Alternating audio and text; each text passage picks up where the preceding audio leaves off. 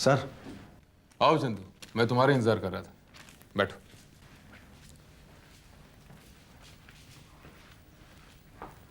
चंदू, जो काम मैंने तुम्हें कहा था वो तुमने किया? सर, जो ऑर्डर कैंसिल हुआ था, आपने उसकी डिटेल इकट्ठी करने के लिए कहा था, तो सर मैंने कर लिया है, इस फाइल में। अच्छा, और उस परचेज ऑर्डर की कॉपी जो पार्टी ने हमें भेजी थी? हाँ सर, वो भी इसी में है। ये देखिए पीछे। और वो स्पेसिफिकेशन? हाँ, वो भी है सर, ये सर। अच्छा।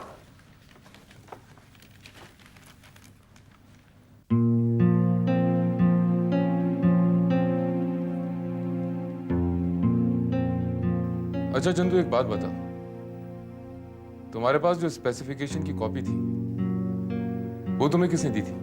सर, वो तो मुझे मैनेजर साहब ने दी थी, और सर मैंने उसके हिसाब से उन्हें सैंपल बनाकर भी दिखाया था, लेकिन उन्होंने ध्यान से नहीं देखा था सर। और ओरिजिनल कॉपी किसके पास थी? सर, वो तो मैनेजर साहब के पास ही थी। कोई गड़बड़ है सर? हाँ चंदू, दरअसल जो कॉपी तुम्हारे पास थी वो ओरिजिनल स्पेसिफिकेशन की कॉपी नहीं थी। मुझे तो पहले ही शक था कि ये कुछ न कुछ गड़बड़ करेगा। कौन सर? सर बताइए ना, आप किसकी बात कर रहे हैं? तुम जाओ चंदू। जी सर।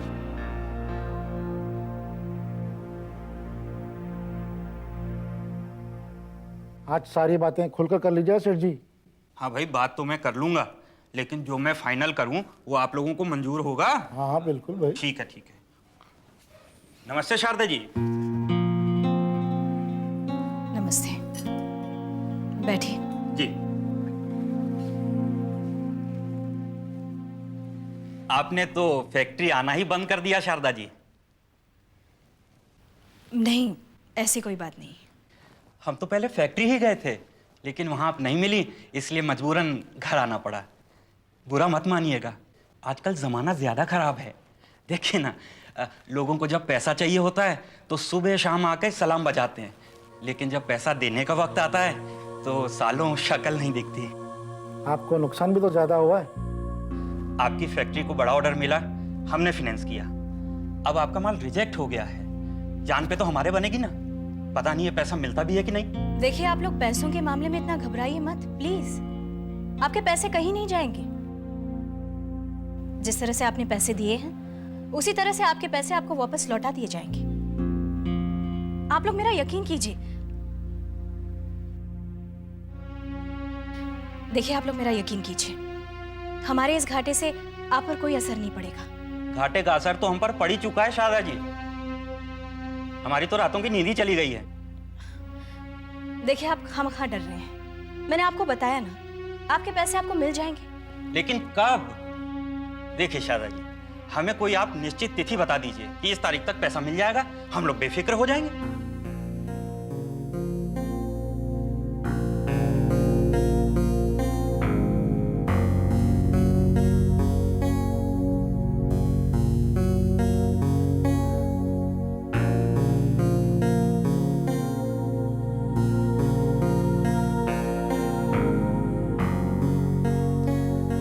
अच्छा ठीक है, 1 महीने के अंदर आपकी पेमेंट्स हो जाएगी। लेकिन प्लीज तब तक के लिए आप लोग पैसों की बातें घर पर आकर नहीं करेंगे। अरे नहीं नहीं नहीं नहीं, चलिए हम लोग चलेंगे।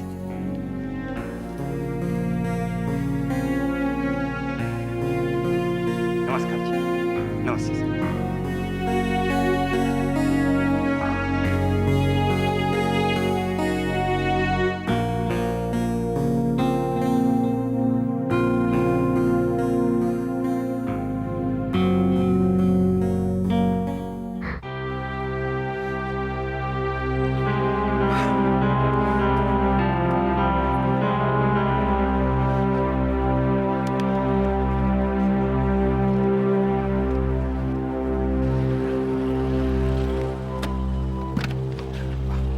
एक मिनट। हाँ, तुम जाओ। रोशन, टैक्सी क्यों छोड़ दी तुमने? अरे मुझे कल्पना के बर्थडे पार्टी पे जाना है। अरे अभी चली जाना, मुझे तो लगा था कि तुम आओगे नहीं, मैं बहुत डर गया था। अगर तुम ना आती तो मैं अपने बॉस को क्या जवाब देता? किसे? अब वो अपने अंकल को। अंकल, हाँ बोलो, क्यों बुलाया मुझे? मैं तुम्हें अपने अंकल से मिलवाना चाहता हूँ, आओ चले। नहीं रोशन, मुझे नहीं जाना। अरे अब इतनी आसानी से नहीं छोड़ूंगा तुझे, समझी? रोशन, मैं नहीं जा रहा हूँ। रोशन, अरे कैसे नहीं जाएगी? चलना ही पड़ेगा तेरे को। पकड़ के रख अंदर। छोड़ दो मुझे। निकाल गाड़ी में। छोड़ दो। हाँ, इसको अंदर मुंह बंद कर। छोड़ दो मुझे। मुंह बंद कर। छोड़ दो। फाइनेंसर्स का इस तरह से घर में आना मुझे अच्छा नहीं लगा भाभी।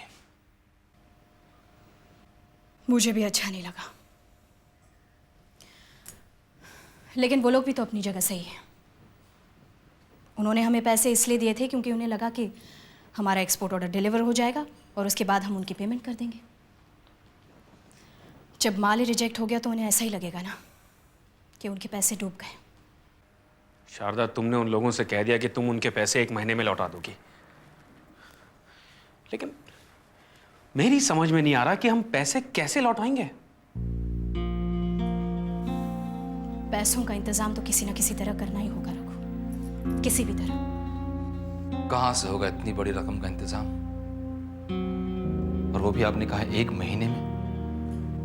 कैसे होगा भाभी? हमारा माल सिर्फ स्पेसिफिकेशंस की वजह से रिजेक्ट हुआ था। हमारे माल की क्वालिटी में तो कोई खराबी नहीं थी। हाँ, हमारे माल की क्वालिटी में तो कोई खराबी नहीं थी, लेकिन उससे क्या होता है शारदा? अच्छी क्वालिटी का माल ऐसे ही पड़ा हुआ है ना। लेकिन जो माल हम इंटरनेशनल मार्केट में बेचना चाहते थे, वही माल हम इंडिया में बेचेंगे। हालांकि इससे हमारी कंपनी को कोई फायदा नहीं होगा, लेकिन एटलीस्ट आधा पेमेंट तो वापस आ जाएगा। लेकिन इसके लिए माल बेचने वाले एजेंट का इंतजाम करना पड़ेगा भाभी। हाँ, एजेंट का इंतजाम भी हो जाएगा श्याम, लेकिन तब जब हम हमारी रेट को कम करेंगे। उससे हमारी माल की ज्यादा से ज्यादा बिक्री होगी, पैसे आएंगे, और उन पैसों से हम हमारे फाइनेंसर्स का रिपेमेंट करेंगे जितना भी हो सकता है। एटलीस्ट उनका विश्वास हमें बना रहेगा। अब इसके बाद हम जो भी माल बनाएंगे उसके लिए हम रॉ मटेरियल तो क्रेडिट पे लेंगे ही, लेकिन साथ ही हम 50% एडवांस लेने के बाद ही माल तैयार करना शुरू करेंगे। Not without that.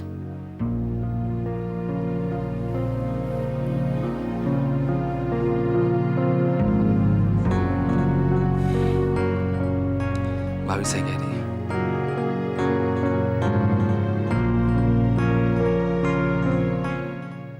हेलो, हाँ मैं बोल रहा हूँ। मैं कल नेपाल जा रहा हूँ। अब क्यों जा रहा हूँ ये आपसे बेहतर कौन जान सकता है। अरे भाई, कोई अच्छी चीज आई तो सबसे पहले आपको ही पेश करूंगा। मैं आपको बाद में फोन करता हूँ। बॉस, आओ रोशन आओ। ये है कोयना। कोयना भाई, बहुत दिनों से तुम्हारा इंतजार था। ए रोशन, तू बैठ ना, बैठ बैठ बैठ बैठ बैठ। अच्छी है रे बहुत अच्छी है, ब्यूटीफुल। इसीलिए तो मैं तुझसे कहता था कि कुछ भी कर, कैसे भी इसी को लेके आ। ब्यूटीफुल। रोशन, धोखेबाज है तुम, नीच हो तुम। मैंने तुमसे प्यार किया, सच्चा प्यार किया, और तुमने मेरे प्यार का ये सिला दिया। ना मत। और तुमने मुझे मेरे प्यार का क्या सिला दिया था? हाँ, मुझे पुलिस के हवाले कर दिया था। तुमने मुझे जहां भेजा था उससे तो बहुत अच्छी जगह पर लेकर आया हूं तुम्हें, समझी? चीटर हो तुम रोशन, चीटर। तुमने मेरे प्यार का मजाक उड़ाया रोशन, मजाक। मुझे तुम इस नरक में धकेल रहे हो। उस लड़की को जिससे तुम कभी शादी करना चाहते थे, जिसके साथ तुमने घर बनाने के सपने देखे थे, जो तुम्हारे घर की इज्जत बनने वाली थी। लानत है रोशन तुम पर, तुम्हारे जैसे इन इंसानों पर जिनकी आत्मा मर चुकी है, जिनका ज़मीर बिक चुका है। मैं तुम्हें कभी माफ नहीं करूंगी रोशन, कभी माफ नहीं करूंगी। I hate you. I hate you. भाषण अच्छा देती है रे, हाँ? अच्छा भाषण देती है। छोड़ दो मुझे, जाने दो, जाने दो नहीं स्वीट हार्ट, नहीं। यहाँ से बाहर जाने का रास्ता नहीं है, सिर्फ अंदर आने का रास्ता है। पीटर, सलीम, ले जाओ इसे। और अगर ज्यादा तंग करे ना और चीखे चिल्लाए तो बड़ा अच्छी खातिरदारी कर देना इसकी। ले जाओ, पकड़ो इसे और संभाल के। हाँ? छोड़ दो। कीमती चीज है, संभाल के।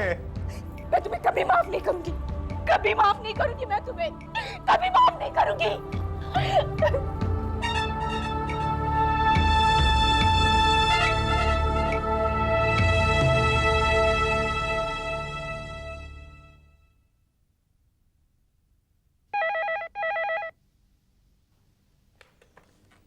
हेलो। नमस्ते आंटी। नमस्ते। कोयना से बात कर सकती हूँ? बेटे कोयना तो नहीं है, अपने एक दोस्त के जन्मदिन की पार्टी पर गई है। पार्टी में तो वो पहुंची नहीं आंटी। नहीं पहुंची? जी नहीं। कितनी देर हो गई उसे घर से निकले हुए? उसे निकले तो 2 घंटे हो गए। यहाँ तो आई नहीं। नहीं आई? फिर कहाँ गई?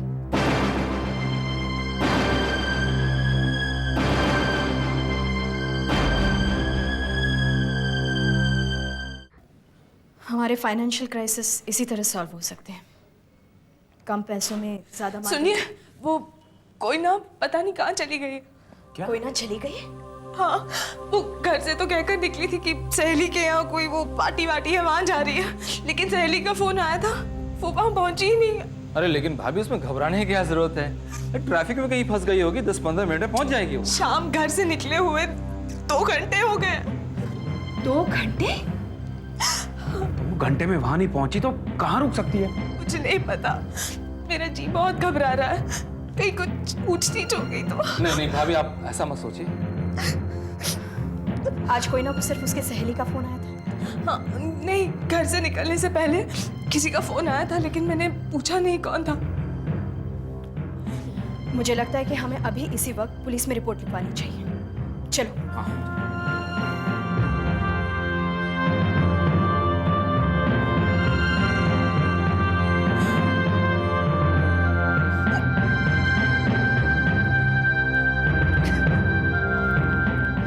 शाम को आ जाऊंगा। अरे नहीं, फोन पे नहीं बता सकता, सामने बैठ के बात कर लेंगे ना। इस ऑफिस में 2-3 दिन और बस, उसके बाद तो छुट्टी। नहीं ऐसा,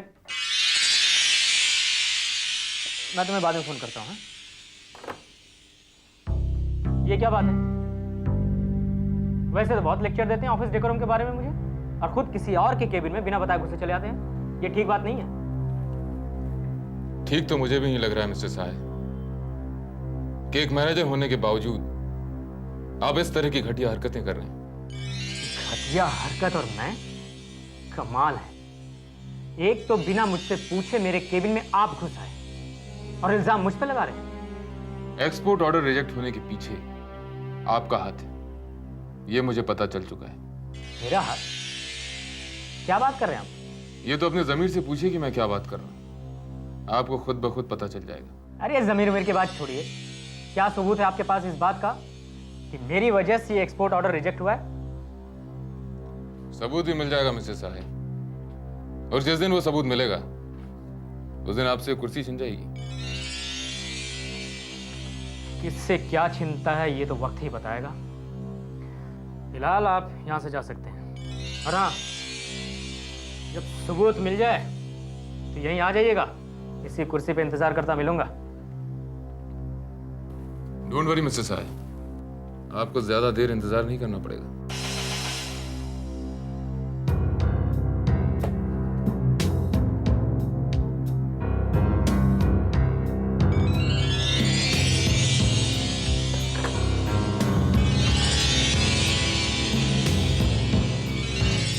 आप बस रिपोर्ट लिख दीजिए ना इंस्पेक्टर साहब। देखिए, गुमशुदगी की रिपोर्ट तब तक नहीं लिखी जा सकती जब तक कि इंसान को लापता हुए 24 घंटे ना हो गए हों, जबकि आपकी बेटी को लापता हुए अभी सिर्फ 3 घंटे हुए हैं। इंस्पेक्टर, लड़की के मामले में 3 घंटे भी बहुत ज़्यादा हो सकते हैं। आप भले इस वक्त रिपोर्ट ना लिखें, लेकिन एटलीस्ट हमारी परेशानी को समझते हुए आप उसे ढूंढना तो शुरू कर सकते हैं। हाँ, वो हम कर सकते हैं। आपके पास कोई उसका फोटोग्राफ है? हाँ, ये लीजिए।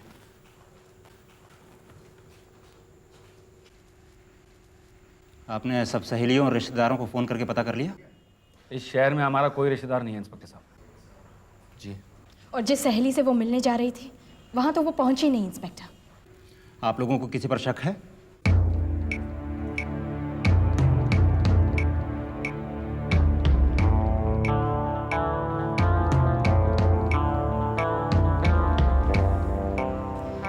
यस इंस्पेक्टर, रोशन नाम का एक लड़का है जो हमारी बेटी को काफी तंग करता था।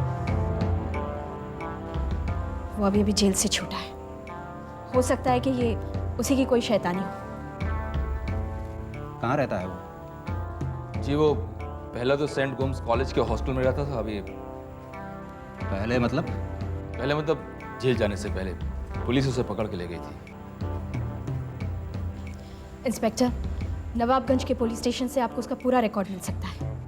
तो फिर आप निश्चिंत रहिए, आपकी बेटी के बारे में जल्दी पता चल जाएगा।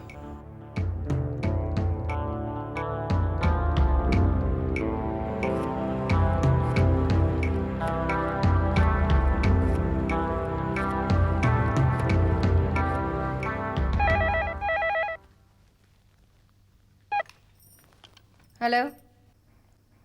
मैडम नमस्कार, मैं साहिब बोल रहा हूँ। बोलो साहिब, क्या बात है?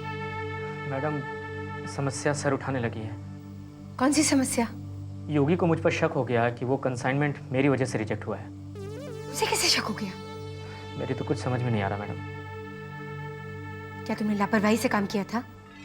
मैडम मैंने अपनी तरफ से सारे सबूत मिटाने की पूरी कोशिश की थी। तो फिर ऐसा कैसे हो गया? मैडम मुझे तो अब कुछ कुछ घबराहट भी होने लगी है।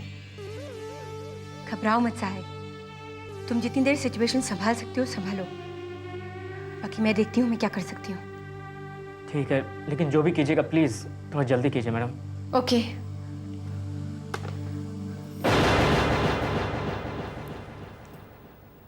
किसका फोन था?